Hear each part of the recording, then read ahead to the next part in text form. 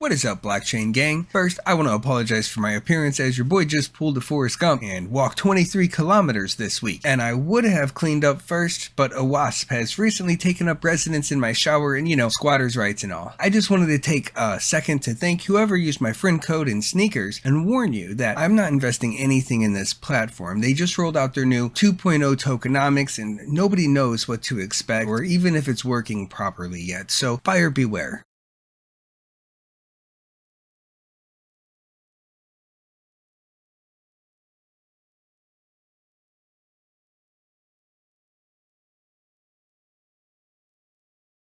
Today, we are going over the differences between a blockchain and a database because Web 2.0 slow gamers are consistently saying that a database can do everything a blockchain can do but better. I am so tired of destroying this flaccid argument on an individual basis that I'm going to compile all of my data into one video so that anyone can share it freely or use it for their own benefit, just like the blockchain does, instead of keeping it private as if I stored it on a centralized database. Do you see what I did there? You weren't even ready yet, and I've already begun. Now, I know there are dozens of videos on YouTube explaining the differences between the blockchain and the database, but I don't like all the ones that I've watched so far. No offense to the creators, but maybe it's because they're assuming that their audience is already in favor of blockchain technology, or because they are all 5 years old and the bar for a good explanation video on YouTube has been raised numerous times since then.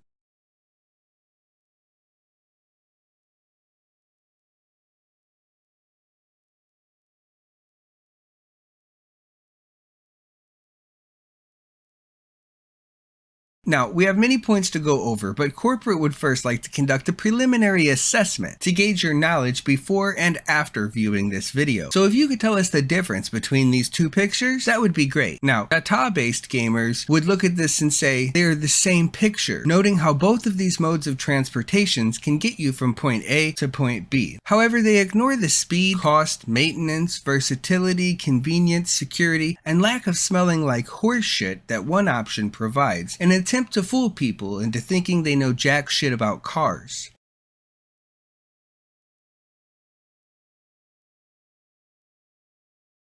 Of course, these vehicles also have their drawbacks, but rather than criticize them objectively, seeking to improve upon those downsides, they ignore all potential pros and cons, which is a dangerous thing. Imagine finding out that cars were bad for the environment, like the mining of blockchains. Within a few short years, the vast majority of transactions are now taking place on proof-of-stake chains that don't harm the environment. When compared to the automotive industry, they fought back in denial of harm with fake science for 30 years before finally admitting they were the cause, taking billions of dollars from global governments in turn to work on trying to do a little bit less of that over the next 50 years. It isn't like gamers really care about the environment or semiconductors anyway when they're running a 1300 watt power supply with an RTX 3090 just to boot up a 20-year-old game every day. They blame the problems with the environment and supply shortages on the blockchain using a post hoc fallacy, insisting that because we have these problems, the blockchain could be the only cause, ignoring the fact that the blockchain couldn't have been the cause of the chip shortages of 88, 94, 99, 04, and 2011. Most of these shortages were caused by restrictive political policies, trade war lawsuits, and natural disasters. Or perhaps maybe, I don't know, Donald Trump and COVID-19?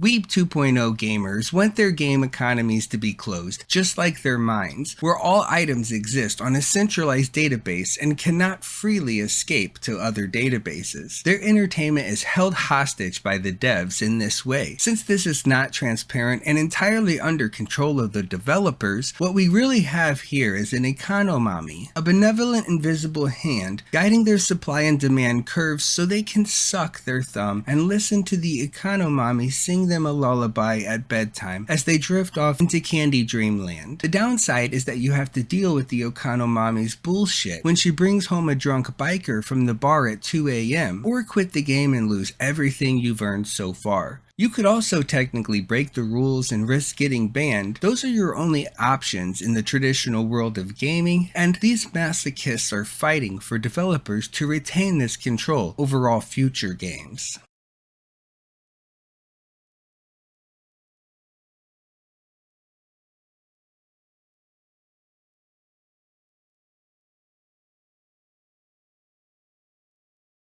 Trust is king to these fungible token fighters who are fraught with keeping their currencies on the database. They believe any transaction should be private, which protects bots and exploiters as well as crooked developers who are not spending development funds on development. They believe that the only way you can have a fair and safe transaction is when a third party collects a fee to oversee the deal and keep everything on the level, such as Steam or Zola or Google. When we replace that third party with code at a fraction of the cost, all parties not only save money and fees, but we also have a huge reduction in human error or corruption introduced by this third party. Think about refund exploiters and transactions that fail to process due to internet usage.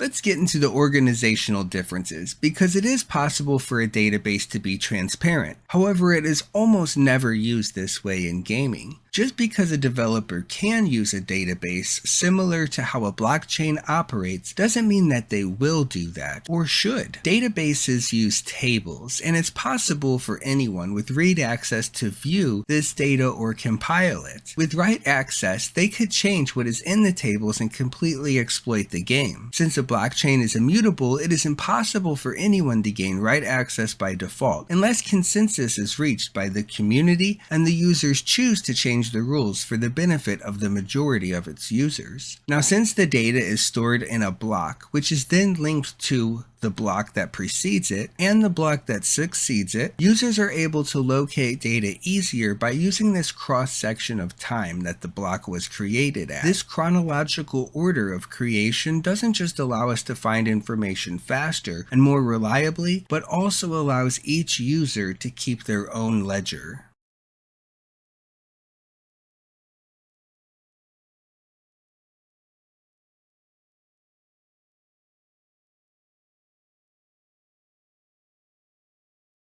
Imagine in a game of baseball, if only one person was keeping score, such as the umpire. They never told anyone what the score was and had a heart attack, so now nobody knows who won the game. Centralized databases are a single point of failure, and if compromised or even suffer from a power loss, there can be a complete or partial loss of data. Since everyone on the blockchain is keeping score at the same time, there's no single point of failure for this data to be lost. Since all data is public, it's not possible to breach it, as seen in many game databases in the past.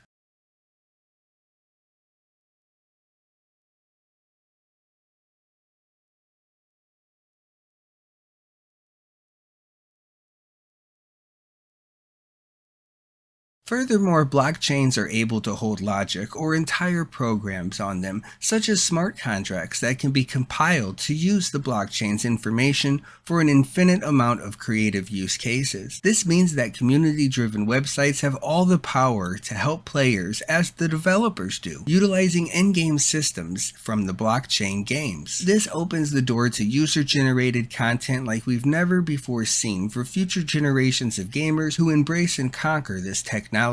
An example of this is a game I play called Gods Unchained. There are at least 6 websites that can be used that give players more access to information other than the game itself provides. The Aqua XYZ third-party market was even so successful that it was adopted as the official market due to the team's ability to create features the devs couldn't include, either from a lack of time, knowledge, or because they just didn't think of it themselves.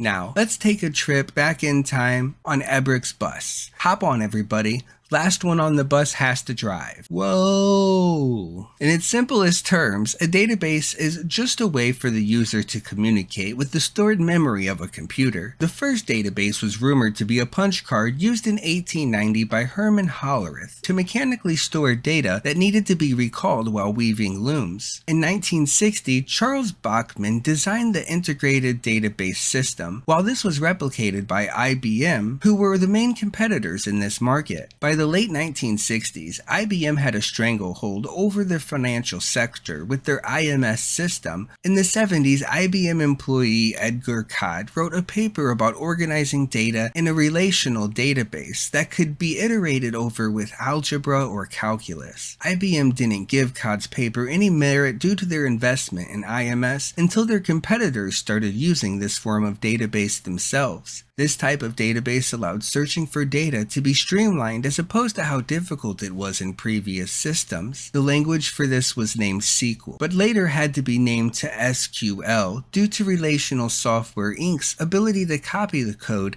and bring it to market as Oracle before IBM. Over the next few decades, as computers became much faster at computing data, the need for structured data began to wane in favor of unstructured data such as photographs and sound. In 1991, mathematicians Stuart Haber and W. Scott Stornetta began experimenting with time-stamped databases and would go on to create the first blockchain that would be studied later by cypherpunk Nick Szabo in 1999.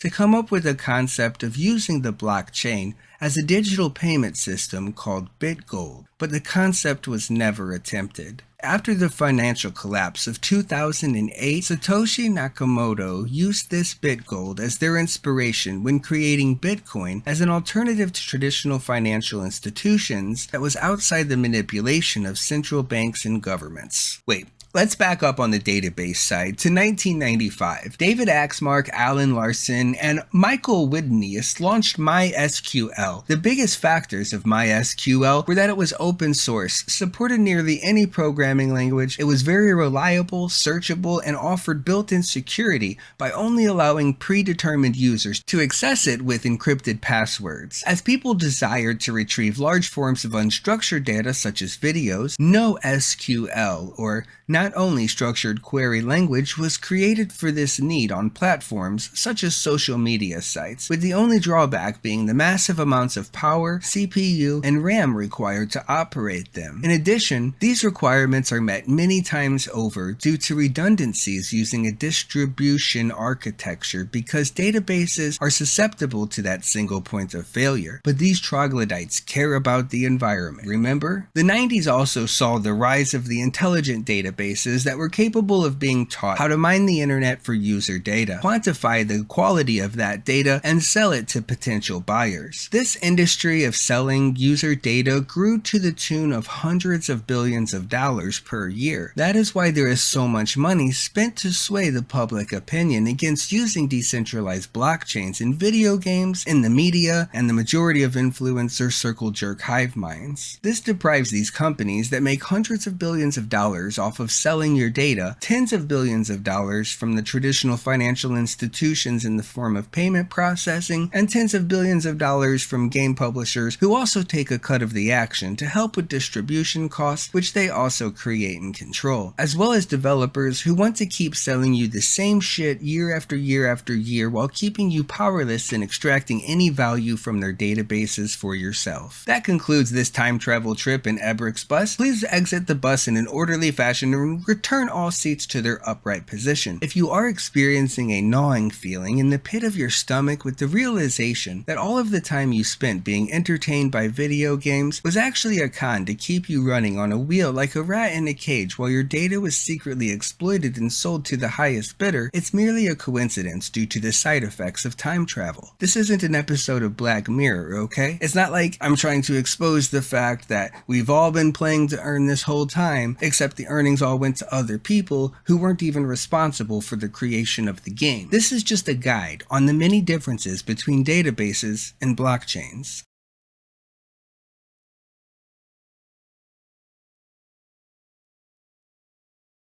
The key principle of programming is don't repeat yourself, or dry. Of course, the opposite of dry is wet, or waste everyone's time, and this is what most community websites have to do. Wet reverse engineer the game logic in order to get as close as possible to the real thing without ever actually knowing how close you really are. While using the blockchain, you literally have the blocks that were used to create the game and used to build whatever tools you want. We don't have to guess what the Krabby Patty secret formula is anymore, or devise some ruthless plot for world domination just to figure it out.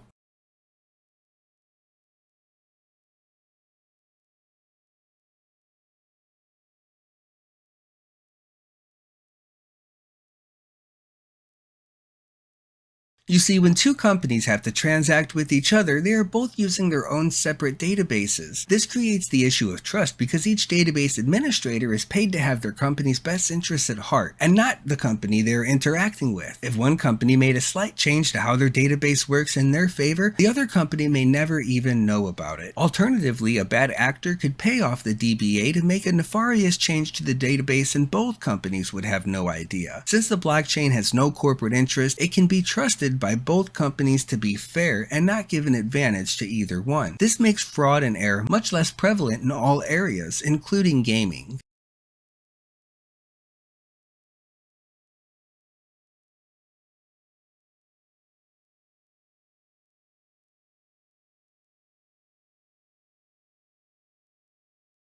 Now, that time has come to take the second assessment to gauge my ability as a teacher. But to ensure the best possible outcome for me, I'm going to make this open book and give you all of the answers. Here we go. Corporate would like you to tell the difference between these two images. Hint: the blockchain has no single point of failure like a database, and doesn't require exceedingly crazy amounts of power and hardware to overcompensate for this fact with redundancies. The blockchain allows for transactions to occur without a third party since it's trustless and verifiable, while the database is kept secret and wastes money in the form of verification. Databases are susceptible to data breaches from hackers who steal personal info of users, including bank details. Blockchains have the ability to work together in an open-loop economy instead of each service requiring you to use a separate database, often containing the exact same information. The blockchain empowers user-generated content, while the database often makes this impossible or at least very limited in functionality and can be changed without notice. Since the blockchain is time-stamped, game developers can incorporate this along with their in-game anti-cheat detection to pinpoint and eradicate exploiters before they're able to cause significant damage to the ecosystem. While users are accessing data from databases, the databases are also accessing users' data to be compiled and sold, often without the end user even being aware of this or compensated. So is the answer A, they're the same picture, or B, everything I just said that was the answer is the answer?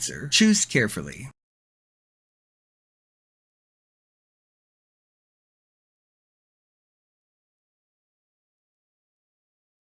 Thank you for watching. If you would like to argue about this or anything really, step inside my comment section and we can settle this dispute verba a verba. And don't forget to subscribe so we can do this again sometime.